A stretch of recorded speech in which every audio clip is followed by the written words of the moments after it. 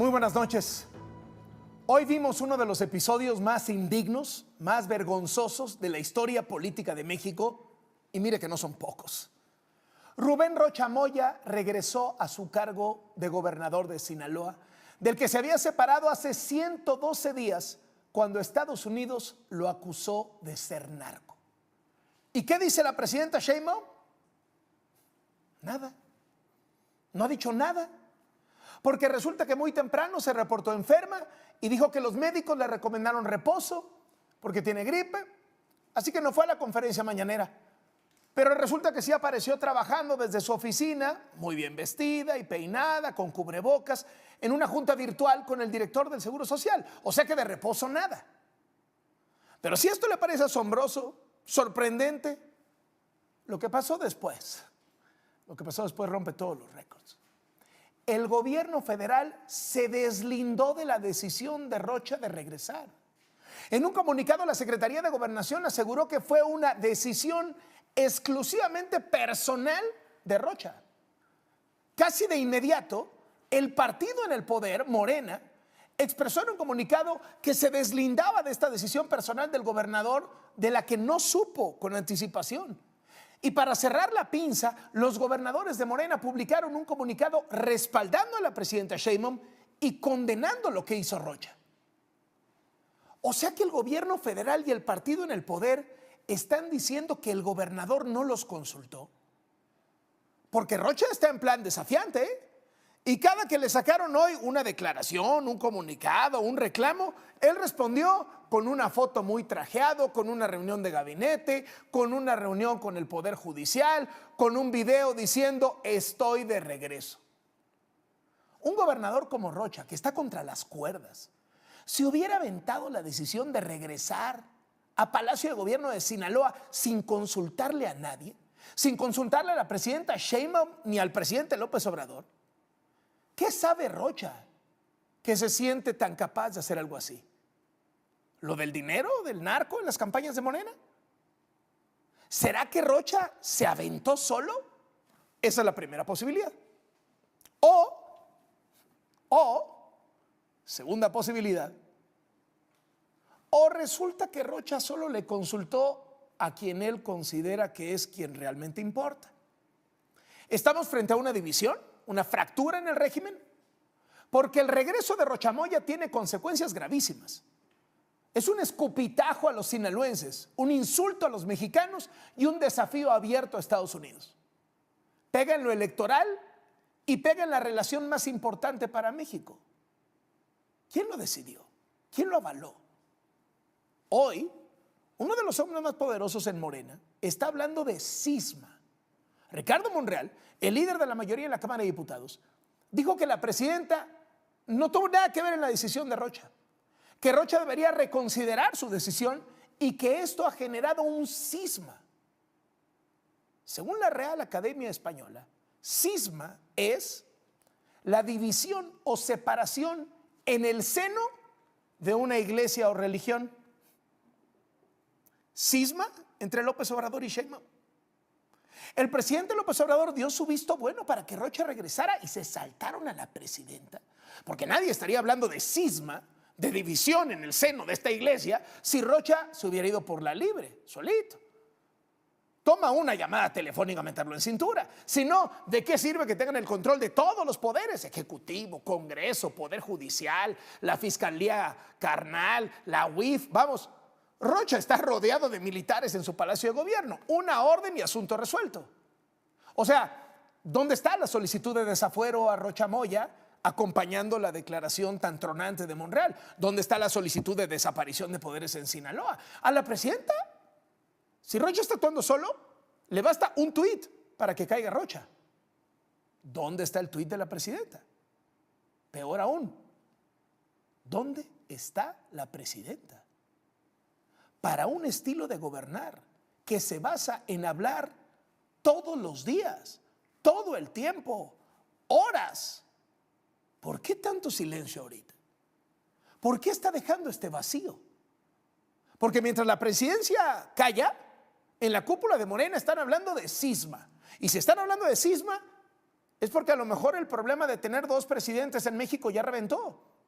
Y uno decidió pelearse con Estados Unidos porque además le acaban de quitar la visa a su hijo, y la otra está tratando de no reventar la relación con el país del que dependemos económicamente. ¿Estaremos ante el inicio de la ruptura? Esa es la segunda posibilidad. O tercera posibilidad, todo esto es el famoso teatro del policía malo y la policía buena. Una presidenta que está de acuerdo en que se tire la piedra, pero pide que le den chance de esconder la mano. Una presidenta que está de acuerdo en que regrese Rocha, pero que le den chance a ella de salvar cara ante Estados Unidos y decir, yo no sabía nada, qué barbaridad, no estamos de acuerdo. Y echarle la culpa a López Obrador, que de por sí tiene el agravio del hijo sin visa. Y todos a hacer el teatro, porque en el fondo nos vamos a radicalizar.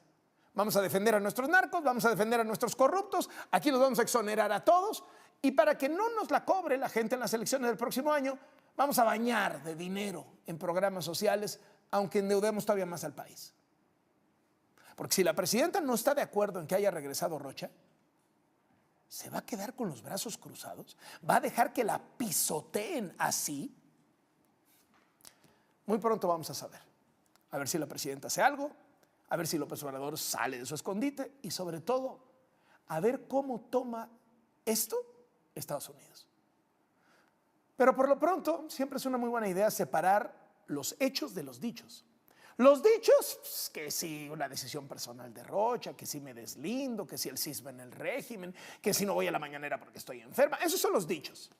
El hecho central es que Rubén Rocha Moya, acusado de narco por el gobierno de Estados Unidos, hoy otra vez es gobernador como si nada. Es el más grande mensaje de impunidad que haya mandado este régimen. Y mire que han sido muchos. ¿De verdad no se dan cuenta que esto está mal? Que no es una cosa que sea normal. Que en cualquier país medianamente decente esto sería absolutamente inaceptable.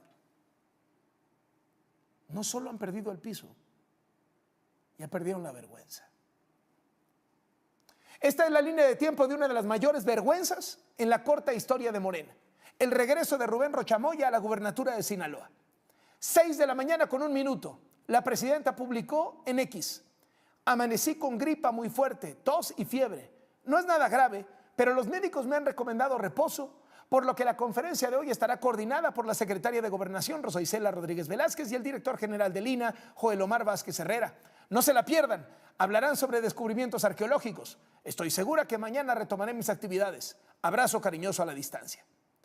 7:30 de la mañana, comienza la conferencia mañanera. La secretaria de Gobernación descarta que la presidenta tenga COVID. Está siguiendo sus actividades, no crean que está malita, pues, pero no. Está atendida por un médico. Esta es una gripa. 7:50 de la mañana. Llega al Congreso de Sinaloa el oficio que notifica que Rubén Rocha Moya va a regresar a sus labores de gobernador. Un mero trámite. 9 de la mañana con 7 minutos. Termina la conferencia mañanera. 9 de la mañana con 46 minutos. 37 minutos después de que acabó la mañanera, Rubén Rocha Moya anunció en un tuit su regreso como gobernador de Sinaloa. Puso: el día de hoy he retomado el ejercicio de mi cargo de gobernador constitucional del estado de Sinaloa. Es mi deber cumplir con el mandato de las y los sinaloenses, quienes me eligieron como titular del Poder Ejecutivo para gobernar hasta el 31 de octubre de 2027. Me puse a la orden del sistema de justicia de nuestro país para ser investigado de las falsas acusaciones que, con motivaciones políticas e injerencistas de la ultraderecha nacional y extranjera, me hiciera, sin ninguna prueba, una oficina del gobierno de Estados Unidos pretendiendo lesionar con sus dichos y calumnias nuestra soberanía nacional. Durante ese periodo, comparecí personalmente ante la Fiscalía General de la República y ante sus agentes del Ministerio Público. Respondí con atingencia y veracidad. O sea, el tipo habla como si la Fiscalía fuera independiente, por favor. Si todos sabemos que es parte de Morena. Y todos sabemos que la instrucción de la presidenta desde el primer minuto fue: aquí no hay pruebas. Le sigo leyendo el tuit de Rocha Moya. Como la propia Fiscalía General de la República lo ha informado ya, en conferencia de prensa ante los medios de comunicación que no existen los mínimos elementos de prueba que sustenten nuestra participación en conducta penal alguna, o sea, no he cometido ningún delito.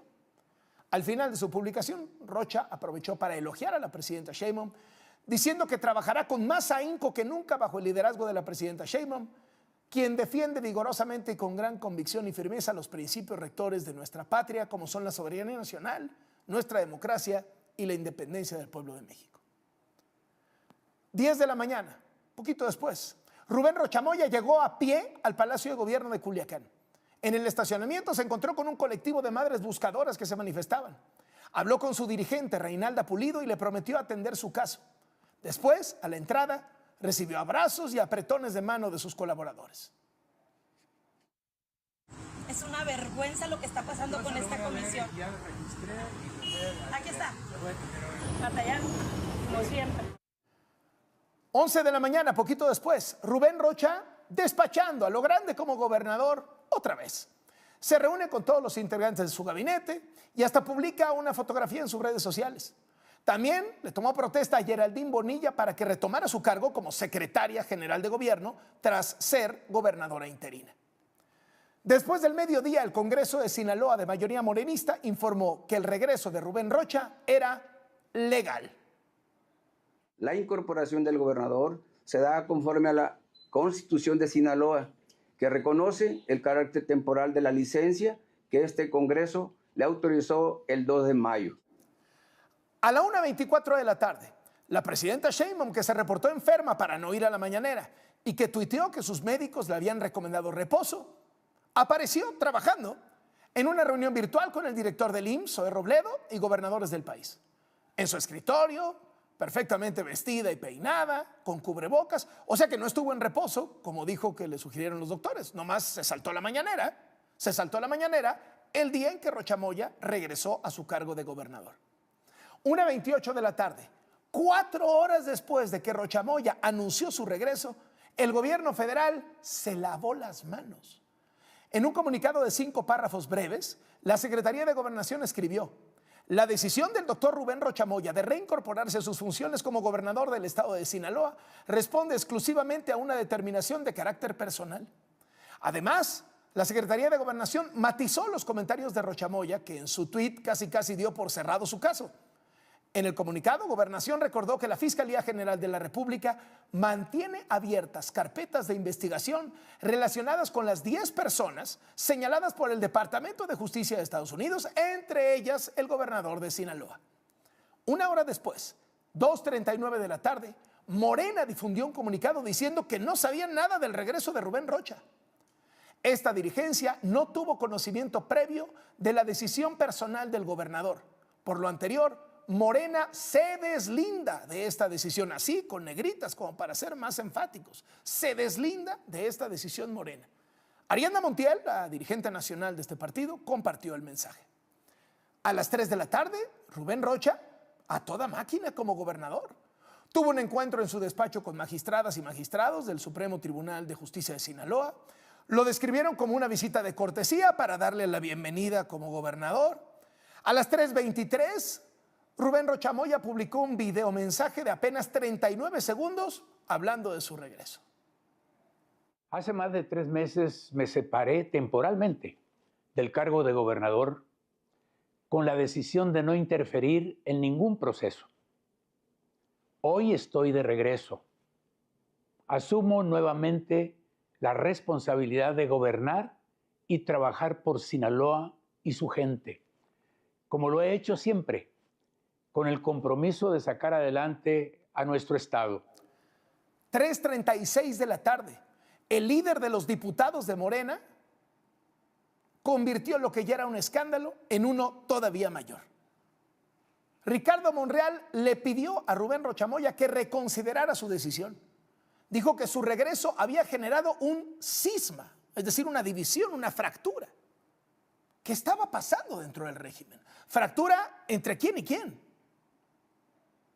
Parece que no debemos permitir que sean afectados otras personas por una decisión propia y que aún con este movimiento y este gran cisma que ha generado, se tiene que aclarar que la presidenta de la República, que el Estado mexicano no permitiría ni tampoco jugaría a un tipo de movimientos como el que se dio hoy por la mañana. Yo espero que el gobernador Rocha pueda reconsiderar su decisión y pueda solicitar licencia para que permita que la Fiscalía General de la República concluya las investigaciones. La mayoría legislativa respalda a la presidenta Claudia Sheinbaum. El Estado ni autorizó ni permitió, ni tampoco estaba enterado de esta decisión personalísima del gobernador. 5:27 de la tarde. El líder del Partido Verde en el Senado, Manuel Velasco, aliado de Morena, también marcó distancia del gobernador Rocha. Puso en X: la bancada del Partido Verde en el Senado no respalda ni comparte esta decisión personal del señor Rubén Rocha por considerarla imprudente. A las 6:35 de la tarde se cerró la pinza. Los gobernadores morenistas rechazaron categóricamente el regreso de Rubén Rocha. Compartieron un pronunciamiento que dice: ninguna autoridad está facultada para actuar al margen de la ley ni para tomar determinaciones unilaterales que atenten contra el orden constitucional o el diálogo republicano. Hacemos un llamado al doctor Rubén Rocha Moya a la madurez y la responsabilidad. La política es un ejercicio de congruencia. La desmesura y las decisiones de facción atentan contra los principios de honestidad y lealtad que juramos defender. Los gobernadores de Morena también expresaron su absoluto y categórico respaldo a la presidenta de la República. Casi al final pusieron: frente a cualquier intento de división o personalismo, responderemos con cohesión, disciplina y trabajo por el pueblo. Los dirigentes nacionales de los partidos de oposición criticaron brutalmente el regreso de Rubén Rocha al gobierno de Sinaloa. El líder nacional del PRI, Alejandro Alito Moreno, puso un tuit que dice: el cínico, corrupto y narcomorenista Rubén Rocha anunció su regreso como gobernador de Sinaloa. Lo hace luego de esconderse durante 112 días apostándole a que su caso se enfríe y sin aclarar una sola palabra sobre el grave señalamiento del gobierno de los Estados Unidos en su contra por sus evidentes vínculos con los cárteles del crimen organizado. Rubén Rocha Moya y Morena se están burlando de los sinaloenses cuando aseguran que la Fiscalía General de la República ya demostró que no cometió ningún delito. Esta es una prueba más de cómo el Estado mexicano ha convertido a las instancias de justicia en herramientas para otorgar impunidad a los peores criminales del país. También se pronunciaron los dirigentes nacionales del PAN y Movimiento Ciudadano. Regresa a gobernar Sinaloa una persona señalada de cogobernar con el crimen organizado, quien todavía tiene una solicitud de extradición vigente. A pesar de las acusaciones y delitos más graves, a los de Morena nunca jamás les sucederá nada, porque son seres benditos, intocables, tocados por Andrés Manuel. Hoy es un día verdaderamente vergonzoso para la historia de México y para la historia de Sinaloa. Desde Movimiento Ciudadano condenamos enérgicamente el regreso a la gubernatura con cinismo, con impunidad, de Rubén Rocha Moya.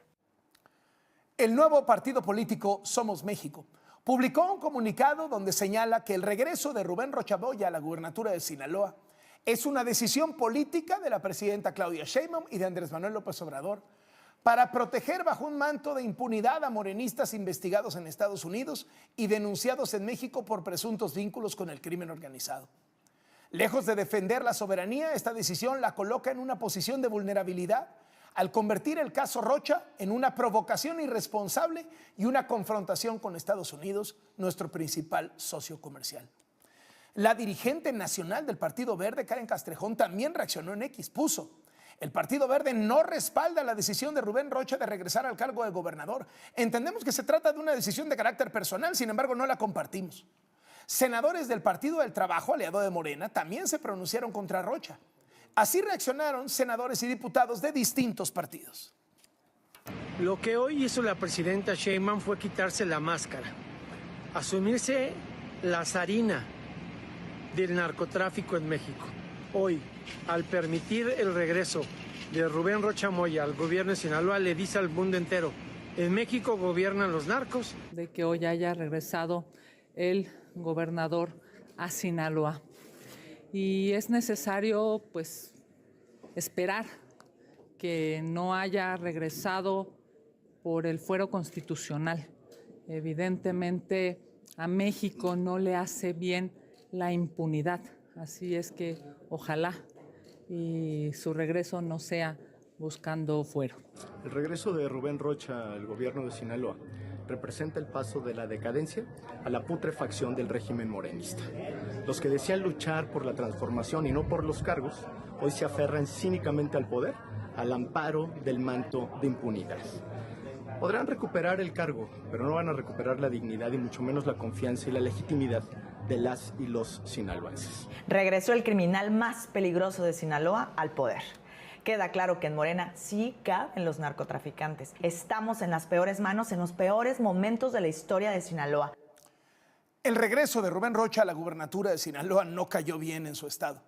La acusación central del Departamento de Justicia de Estados Unidos contra Rocha es que el día de su elección como gobernador, los chapitos se encargaron de robar boletas, de intimidar a candidatos de oposición y hasta de secuestrar a opositores con tal de que ganaran Morena y Rocha Moya. Fueron varias víctimas. A Guadalupe Iribe, que era candidata de PRI, PAN y PRD a la alcaldía de Badiraguato, el municipio del Chapo y de Rubén Rocha, le secuestraron un hermano para que se bajara de la elección. También secuestraron a José Alberto Salas, secretario de organización del PRI en Sinaloa. Pero los dos casos más conocidos son los de la priista Paola Gárate, quien competía por una diputación y fue secuestrada un día antes de la elección. Y el de Mario Zamora, quien era el candidato de oposición rival de Rocha Moya a la gubernatura del estado y sufrió el secuestro de sus operadores políticos. Aquí en Latinos entrevistamos a los dos luego del anuncio de Rocha Moya de que regresaba. En el caso de Paola Gárate, incluso denunció que el regreso de Rocha pone en peligro su seguridad. Aumenta el peligro, aumenta mi vulnerabilidad. Quienes hemos sobrevivido a la narcoelección del 2021 que instauró este narcogobierno, pues vemos desbordado el cinismo puro. Con la aparente tranquilidad, pues regresar al encargo. Es una catástrofe inaudita. Para quienes vivimos aquí y levantamos la voz, por supuesto que es una sentencia de muerte, de peligro, que con este cinismo no nada más los protegen, los premian y los empoderan a los delincuentes, pues regresando a estos encargos, pretendiendo hacer como que no pasa nada cuando el Estado está sumido en la destrucción. Cualquier cosa que alguien haya visto en una serie de televisión, en una película esas de Hollywood, se queda corta con lo que está pasando acá. Es increíble, es inaudito. En Sinaloa es un desastre. ¿En calidad de qué vuelve? ¿Cuándo se dio la investigación? ¿Qué investigaron? ¿A quién le preguntaron? ¿Hubo testigos? ¿Dónde está el juicio? ¿En verdad hay un juicio? ¿Por qué no transparentan todo eso? A ver, dicen que el que nada debe, nada teme. Pues transparéntenlo. Denos a conocer a los sinaloenses en base a qué deciden que pueda regresar. ¿Cómo fue creciendo una bola de nieve hasta que llegó el escandaloso regreso de Rubén Rocha Moya a la gubernatura de Sinaloa? Vamos a ver qué fue todo lo que sucedió en los días previos. El regreso de Rocha Moya ocurrió 2 días después de que detuvieron a Fausto Corrales, el testigo de oro. El hombre que estuvo ahí en el momento que los chapitos secuestraron al Mayo Zambada y ejecutaron a Héctor Melesio Cuen, el principal rival político del gobernador. O sea que Fausto Corrales es testigo de que en un mismo hecho, los chapitos, empoderados, se quitaron de encima a su principal rival dentro del cártel y el gobernador Rubén Rocha Moya se quitó de encima a su principal opositor en la política. El Mayo y Cuen se presentaron en ese lugar ese día porque se supone que iban a ver al gobernador. El Mayo iba a mediar entre Cuen y Rocha para que hicieran las paces. El detenido el miércoles de esta semana, Fausto Corrales, era el secretario particular de Cuen y le sirvió de chofer ese día. Lo llevó a este lugar y vio cómo lo mataron.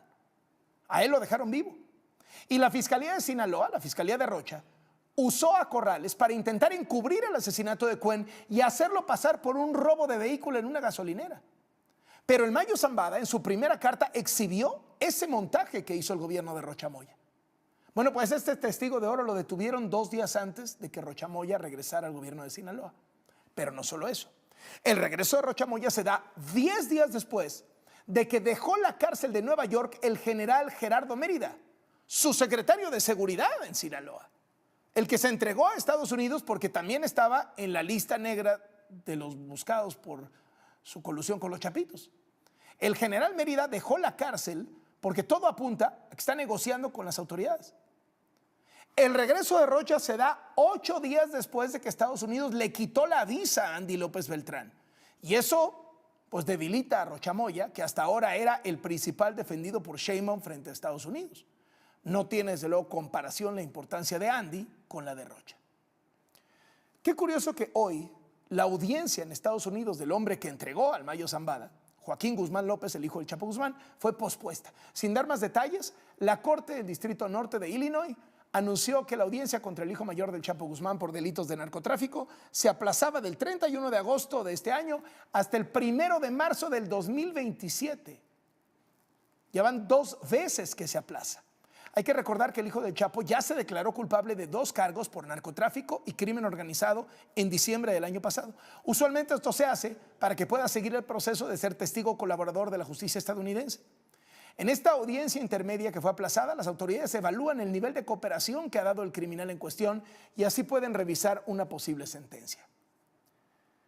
En el diario Los Angeles Times, hoy se publicó información inédita del momento en que Joaquín Guzmán López, el hijo del Chapo, secuestró a su padrino, el Mayo Zambada, y lo entregó a las autoridades de Estados Unidos. Eso fue el 25 de julio de 2024. El reportaje habla sobre Mauro Núñez, alias El Jando, el piloto que trasladó al hijo del Chapo y al Mayo a Estados Unidos. Entrevistaron a Frank Pérez, el abogado del Mayo, quien declaró a Los Angeles Times que su cliente, que el Mayo, al subir al avión el día que lo secuestraron, reconoció al Jando, reconoció al piloto de los Chapitos, y que por un momento el Mayo pensó que ese sería su último vuelo. Dijo que el Mayo Zambada pensó que Joaquín lo iba a arrojar del avión, pero que Joaquín le dijo, no, no te voy a tirar del avión, te voy a llevar a Estados Unidos, voy a conseguir un buen acuerdo, voy a obtener 3 años de prisión y tú irás a la cárcel al igual que mi padre. Ya llegó a México el contraalmirante Fernando Farías, sobrino del exsecretario de Marina de López Obrador, Rafael Ojeda, acusado de encabezar la mega red de huachicol fiscal. Estuvo 119 días detenido en Argentina por entrar al país con un pasaporte falso. Ayer lo expulsaron, lo subieron a un avión de la Marina que salió del aeropuerto Ezeiza de Buenos Aires y después de un vuelo de 10 horas con escala en Colombia, llegó al aeropuerto de la Ciudad de México a las 3 de la madrugada. En un comunicado, la Fiscalía General de la República puso: Fernando fue presentado ante un médico legista con la finalidad de ser certificado médicamente para ser trasladado posteriormente al Centro Federal de Readaptación Social número 1, Altiplano, donde quedará a disposición de la autoridad judicial. Los abogados de Fernando Farías reportaron que fue tratado con respeto, que hablaron con él y les dijo que no había dormido en 2 días, que estaba muy ansioso, con la presión muy alta, por lo que solicitó sus medicamentos para el corazón y ansiolíticos para poder dormir. En esa misma prisión, en la del Altiplano, está su hermano, el vicealmirante Roberto Farías Laguna, pero no se van a poder ver porque están en aislamiento. La Fiscalía dijo que presentó datos de prueba para acusar al contraalmirante de delitos de delincuencia organizada vinculados con el huachicol fiscal y lavado de dinero. El caso de Fernando Farías le tocó a la jueza federal Alejandra Ramírez, quien llegó al cargo al resultar ganadora en la elección de la reforma judicial, la de los acordeones de Morena. Se informó que la primera audiencia de Fernando Farías sería por videoconferencia y no se permitiría el ingreso a los medios de comunicación. Estaba previsto que iniciara a las 5 de la tarde, pero a las 9 de la mañana con 23 minutos, las 9 de la noche con 23 minutos, hace 5 minutos, apenas empezó. O sea, acaba de comenzar hace 5 minutos. Los abogados de Fernando Farías Laguna quieren que todo México sepa lo que se dice en el juicio del huachicol fiscal en la Marina. No hay que olvidar que en esta investigación se ha mencionado el nombre de Andy López Beltrán. También se ha señalado que el exsecretario de Marina de López Obrador, Rafael Ojeda, conocía la operación de la megared de huachicol fiscal. Los abogados pidieron que las audiencias sean públicas para que se transparente el proceso judicial. En una tarjeta informativa, el despacho Mendieta y Asociados puso: ha sido la propia Fiscalía General de la República la que se ha encargado de hacer público el caso. Durante meses, al difundir información relacionada con la investigación, la detención, los traslados y diversas actuaciones vinculadas con Fernando. Por ello, la defensa considera que debe prevalecer la congruencia. Si el caso se ha hecho público para acusar, La audiencia no debería convertirse ahora en un acto reservado sin una justificación jurídica clara. La publicidad es la regla, la puerta cerrada, la excepción. Esta solicitud deberá ser evaluada por la jueza para cada una de las audiencias. El gobierno de Argentina destacó que expulsó a Fernando Farías Laguna después de tenerlo detenido 4 meses. La ministra de Seguridad del gobierno de Javier Milei, Alejandra Monteoliva, publicó un mensaje en redes sociales donde describió al contraalmirante de la Marina Mexicana como un delincuente que solicitó asilo, pero que fue rechazado gracias a un decreto del presidente Javier Milei firmado en 2024 contra refugiados involucrados en delitos. Era buscado por delincuencia organizada y contrabando de hidrocarburos. En abril lo encontramos y lo detuvimos. Y hoy lo expulsamos definitivamente de Argentina. Nuestro país no es refugio de delincuentes. Acá, el que las hace, las paga. El embajador de Estados Unidos en México, Ronald Johnson, celebró los golpes financieros a los narcos. En su cuenta de X, rescató un fragmento de la participación del secretario de Seguridad Omar García Harfuch en la reunión de la DEA en Argentina esta semana. Ahí presumía la colaboración entre las unidades de inteligencia financiera de ambos países para interceptar envíos de dinero y bloquear cuentas bancarias a los cárteles. El embajador escribió: autoridades financieras de Estados Unidos y México, bajo el liderazgo del presidente Trump y de la presidenta Claudia Sheinbaum, están asestando golpes significativos al financiamiento de los cárteles. Al trabajar juntos para desmantelar las redes financieras que alimentan a los cárteles, estamos pegando donde duele. En Sudáfrica detuvieron a 2 mexicanos durante el desmantelamiento de un narcolaboratorio de metanfetaminas. Otras 3 personas fueron arrestadas por la policía local y les confiscaron drogas y equipo valuado en más de 600 millones de pesos. Según las autoridades, este fue el resultado de 2 meses de investigación sobre actividades ilegales de cárteles latinoamericanos que se están expandiendo en Sudáfrica. En mayo, ahí mismo, arrestaron a otros 4 mexicanos.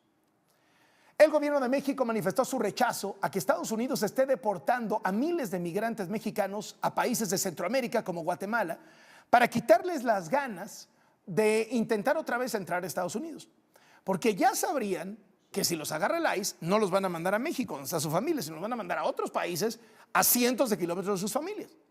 La secretaria de Gobernación, Rosa Isela Rodríguez, dijo que ya habló con la Embajada de Estados Unidos para rechazar esto porque incluso hay reportes de migrantes que han sido deportados a Honduras y Costa Rica.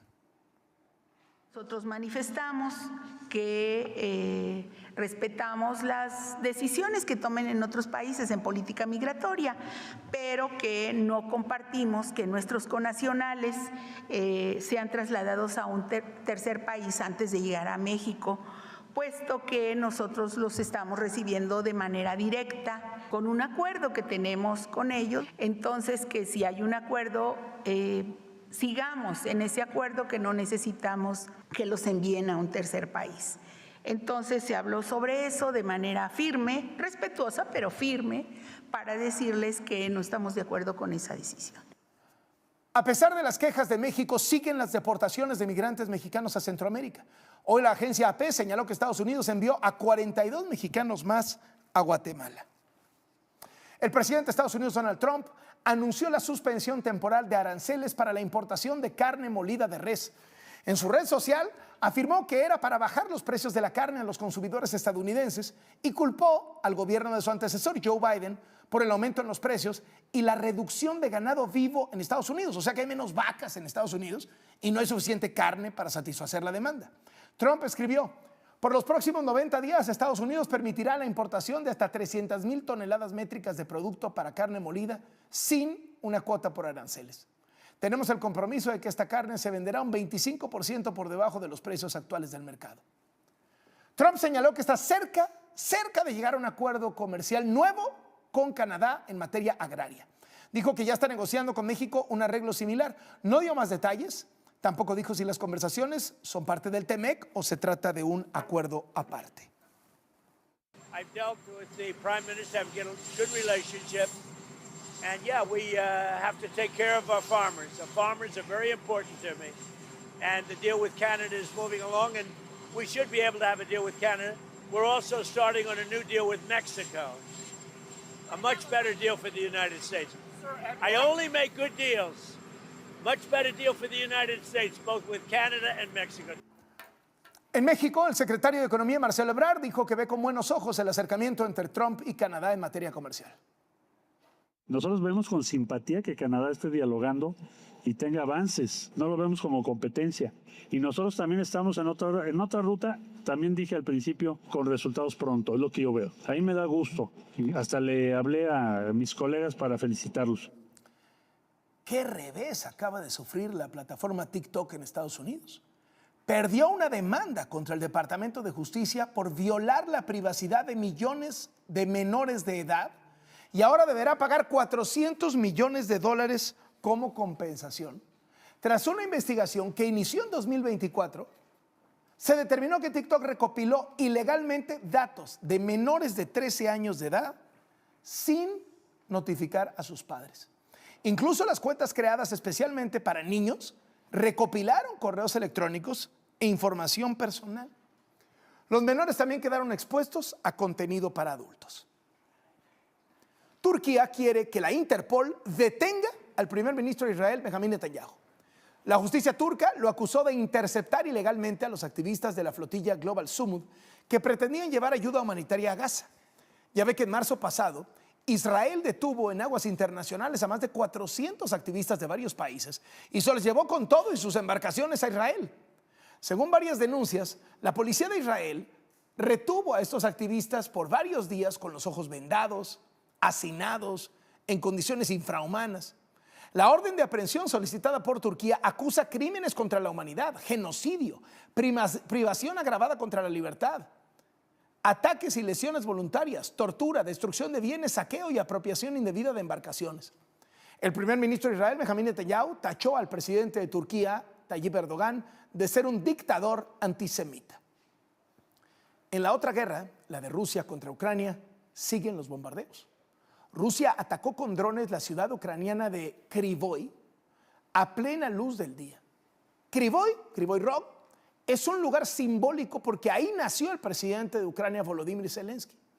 Uno de los drones pegó en un centro comercial en un momento que estaba abarrotado de gente. Murieron 14 personas y 120 más resultaron heridas. 2 drones le pegaron a la plaza comercial. Entre las personas heridas hay al menos 22 niños. Así quedó grabado el ataque.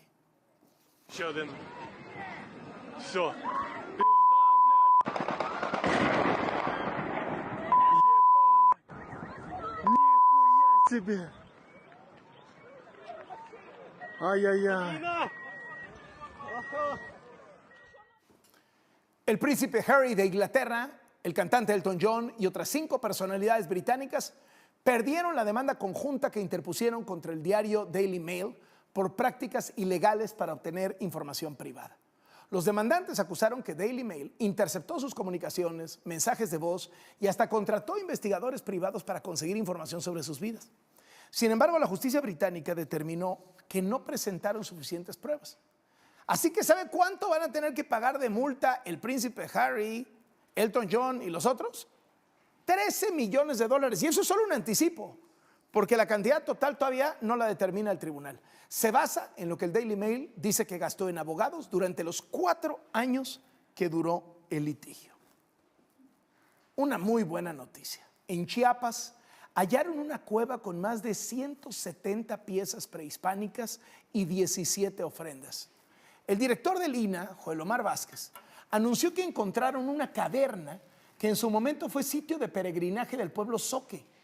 Esta cueva, de 20 metros de profundidad y con una longitud de 100 metros, guarda en su interior estalagmitas y estalactitas talladas por los zoques que representan figuras humanas.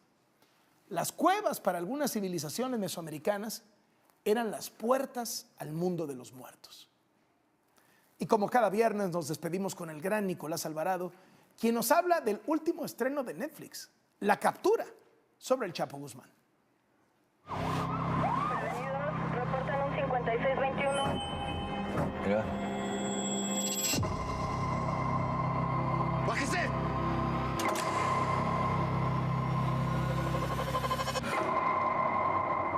¿Sabes quién soy?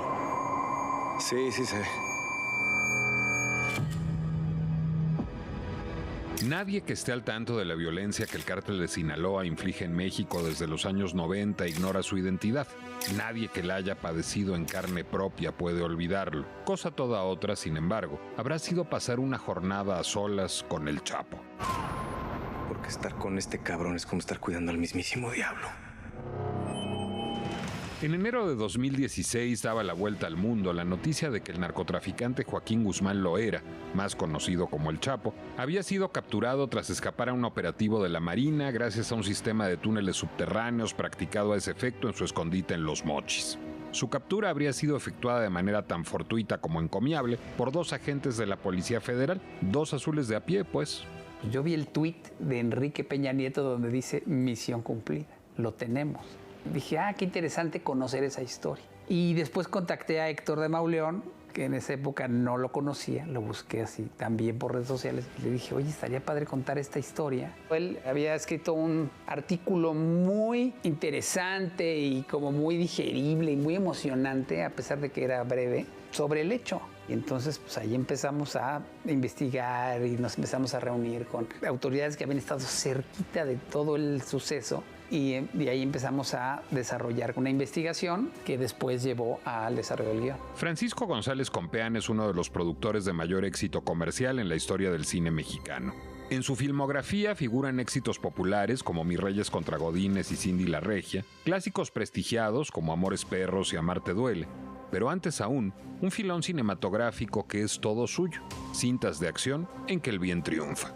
Todo el poder es también eso. Era una cosa como de burlarnos un poco de una situación real, pues donde los malos son castigados al final, ¿no? O sea, el comandante Elvis Quijano y su jefe pues acaban mal, descubiertos porque un periodista, Demián Bichir, los expone. Y sí, en efecto, siempre he querido como contar ese tipo de historias. Bien lo sé, ya solo porque nos educó el mismo hombre, Miguel González Avelar, que en cada uno de los 4 hijos que formó, algo dejó del buen ciudadano y la buena cabeza que fue. Si a mí me heredó el amor por las palabras, a Francisco le instiló una vocación por reivindicar el potencial cívico del servicio público.